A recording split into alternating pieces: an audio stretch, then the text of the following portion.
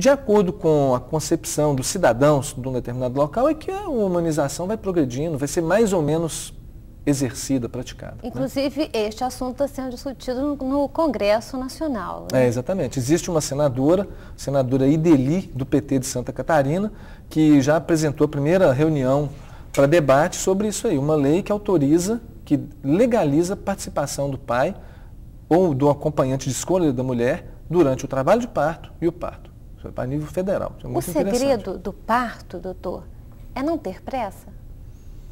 Dentre outras coisas, a pressa atrapalha, a falta de solidariedade humana.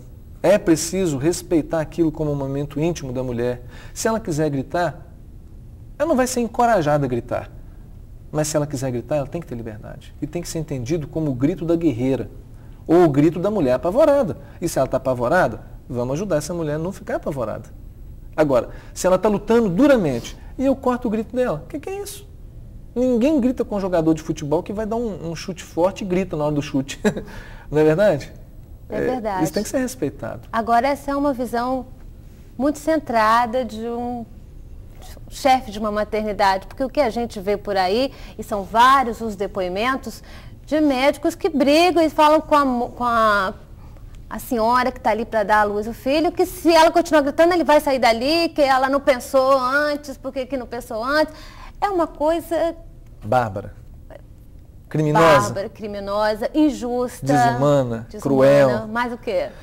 Como rever isso? A gente tem que, inclusive, como a gente está falando do Hospital das Clínicas, que é um hospital universitário, essa discussão tem que sair exatamente das universidades? Eu acredito. Mas também eu acredito que será o grito popular, o clamor popular das mulheres, e eu não tenho visto os movimentos feministas gritando duramente em relação ao parto, ao aleitamento materno, eu não tenho visto.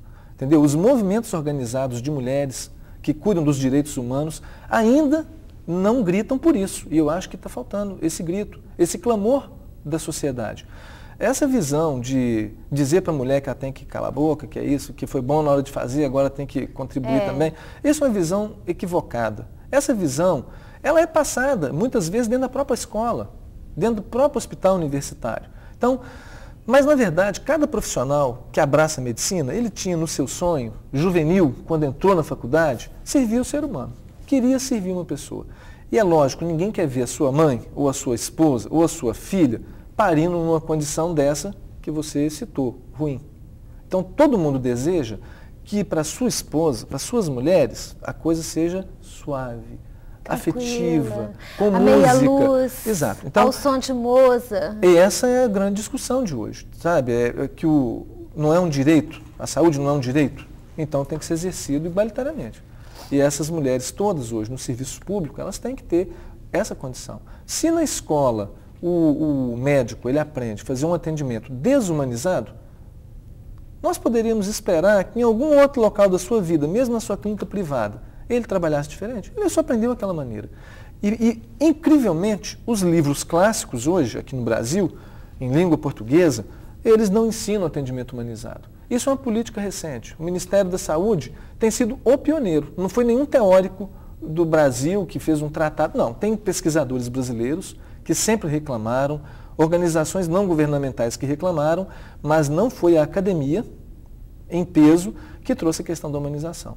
Foi uma visão do Ministério da Saúde, entendendo que como a coisa andava, as complicações estavam muito frequentes, os problemas estavam muito frequentes. Então, seguindo o exemplo de outros países, houve essa grande discussão e o desejo, então, de humanizar o atendimento, de lutar pela humanização. Eu estou indo para o intervalo. No próximo bloco nós vamos conversar sobre trauma do primeiro filho. Aquela mulher que sofreu muito e teme uma nova gravidez. E como está a situação do parto humanizado no Hospital das Clínicas? Eu vou para o intervalo e volto já.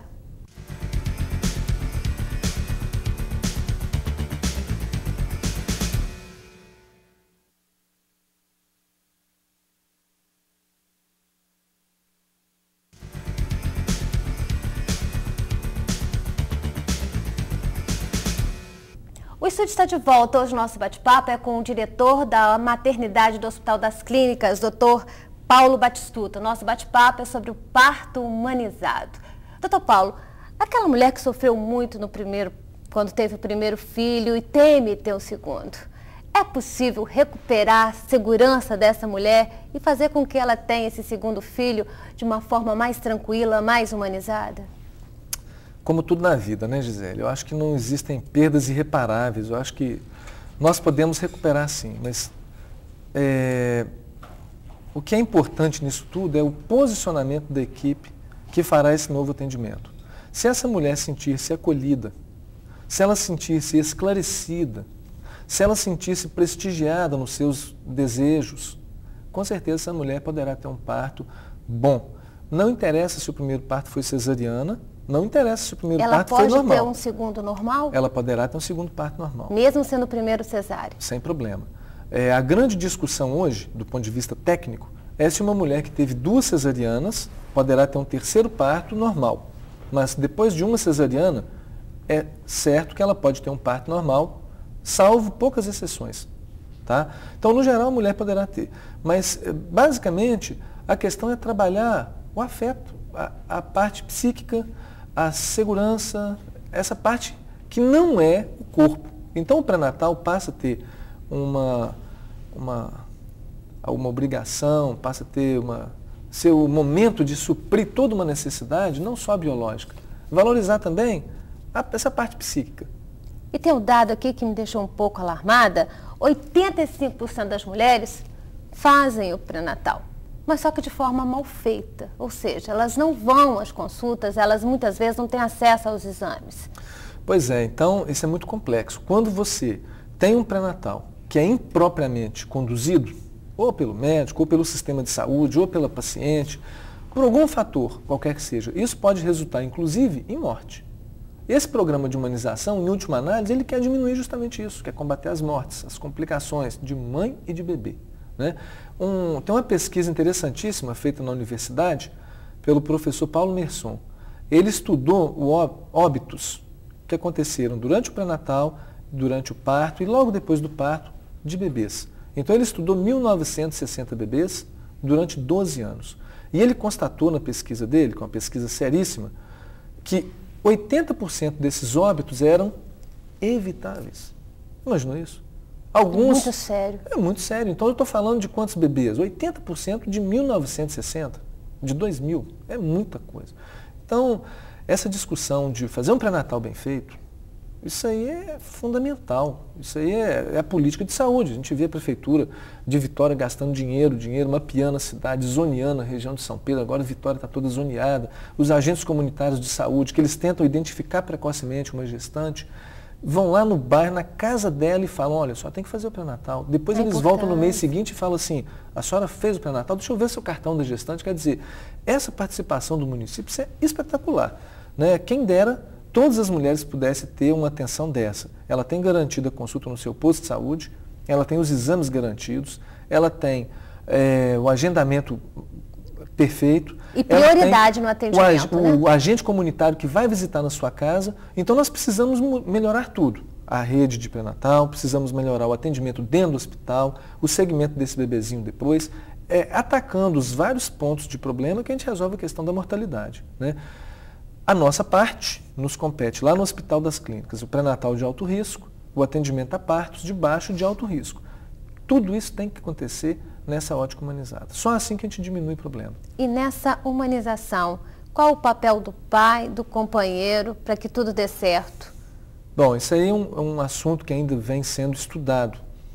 A participação do pai, ela ainda não foi exaustivamente discutida. Pelo contrário, é muito recente essa discussão.